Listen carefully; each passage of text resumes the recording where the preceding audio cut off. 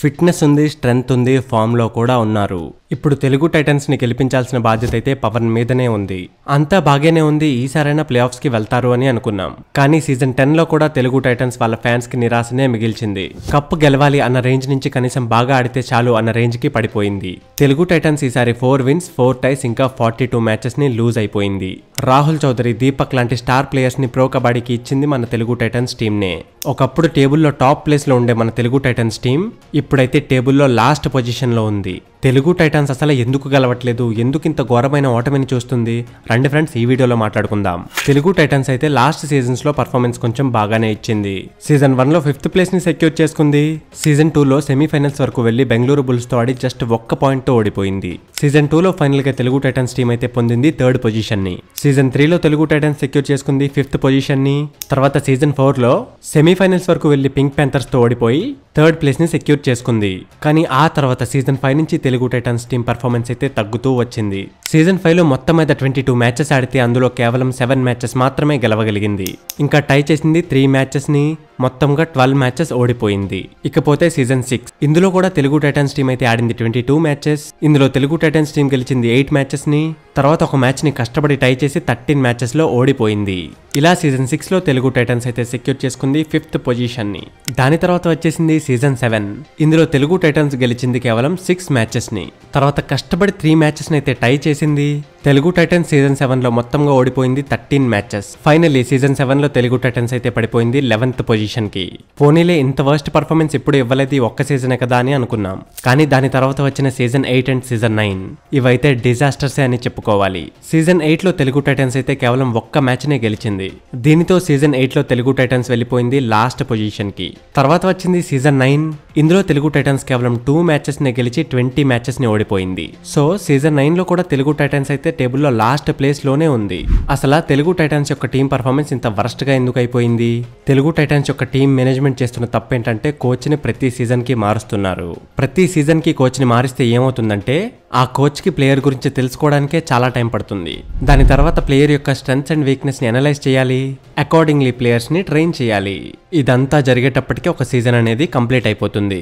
ఇంకేముంది, మళ్ళీ ఇంకో కొత్త కోచ్. కానీ నిజానికి ఎలా చేయాలంటే ఒకే కోచ్ ని ఒక 3 to 4 సీజన్స్ అయితే కంటిన్యూ చేయాలి. అప్పటికి కూడా పర్ఫార్మెన్స్ లో ఏదైనా ఇంప్రూవ్మెంట్ రాకపోతే అప్పుడు కోచ్ ని చేంజ్ చేయాలి. Next mistake from management. Option లో యంగ్ ప్లేయర్ కి అసలు విలువే ఇవ్వట్లేదు. నార్మల్ గా ఎక్స్పీరియన్స్ ఉన్న ప్లేయర్స్ కే ఎక్కువ ప్రిఫరెన్స్ అనేది అయితే ఇస్తున్నారు. ప్రీవియస్ సీజన్స్ లో కూడా తెలుగు టైటన్స్ అనేది ఓల్డ్ ప్లేయర్స్ నే ఎక్కువ ఆడించింది. ఫ్రెండ్స్, కబడ్డీలో ఎక్స్పీరియన్స్ పెరిగే కొద్దీ ప్లేయర్స్ యొక్క పర్ఫార్మెన్స్ అనేది అయితే తగ్గుతుంది.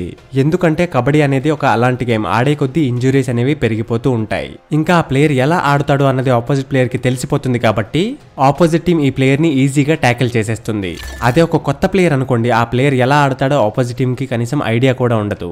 ఫర్ ఎగ్జాంపుల్ రాహుల్, పవన్, పర్దీప్ వీళ్ళనే మనం వీళ్ళ ముందు పర్ఫార్మెన్స్ తో కంపేర్ చేస్తే ఇప్పుడున్న పర్ఫార్మెన్స్ అయితే చాలా చాలా లో. ఎందుకంటే logic simple, opposite team players కి వీళ్ళ స్కిల్స్ అండ్ స్ట్రాటజీస్ అనేవి అర్థమైపోయి ఉంటాయి కాబట్టి వీళ్ళు రంగంలోకి దిగగానే వాళ్ళ ఆపోజిట్ స్టెప్స్ అండ్ స్ట్రాటజీస్ ని ఇంప్లిమెంట్ చేస్తారు. ఇందుకే సీజన్ 9 లో కూడా తెలుగు టైటన్స్ యొక్క టీం పర్ఫార్మెన్స్ అయితే చూడడానికి అంత పూర్ గా కనిపించింది. ఫ్రెండ్స్, ఒకసారి మీరు అబ్జర్వ్ చేసినట్టయితే సేమ్ ఇదే మిస్టేక్ ని సీజన్ 7 లో తమిళ్ తలైవాస్ టీం అయితే చేసింది. తమిళ్ తలైవాస్ టీం సీజన్ 7 లో రాహుల్, అజయ్, మోహిత్, మంజిత్ లాంటి ఎక్స్పీరియన్స్డ్ ప్లేయర్స్ ని ఆప్షన్ లో కొన్నది.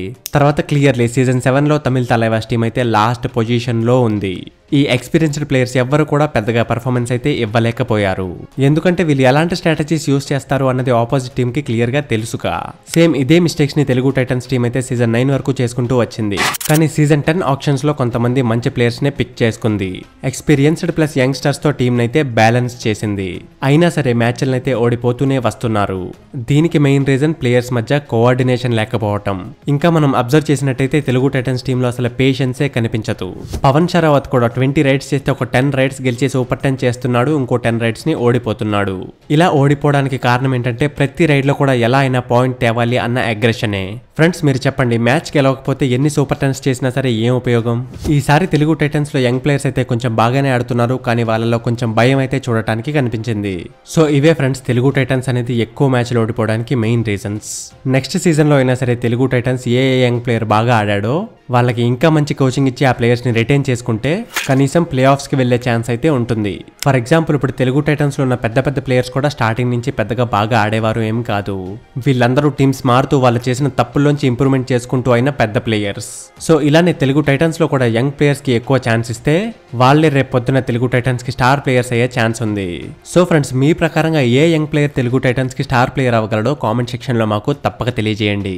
ఇంకా ఈ వీడియో నచ్చితే వీడియోని లైక్ చేసేయండి. ఇంకా ఇలాంటి ఇంట్రెస్టింగ్ అండ్ ఇన్ఫర్మేటివ్ వీడియోస్ చూస్తూనే ఉండటానికి మన ఛానల్ అయితే సబ్స్క్రైబ్ చేసేసుకోండి.